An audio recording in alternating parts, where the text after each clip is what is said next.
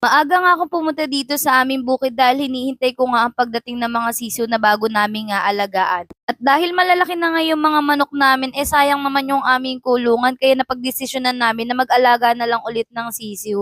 Pero hindi na ito katulad ng mga sisiw namin na nauna dahil ito ay 45 days. Mas madaling alagaan ito kaso nga lang mas maselan nga ito kumpara dun sa nauna naming sisiw. Sinilip ko nga tong mga sisiw na ito at tinignan ko kung kasing ganda ko nga sila. Charot lang!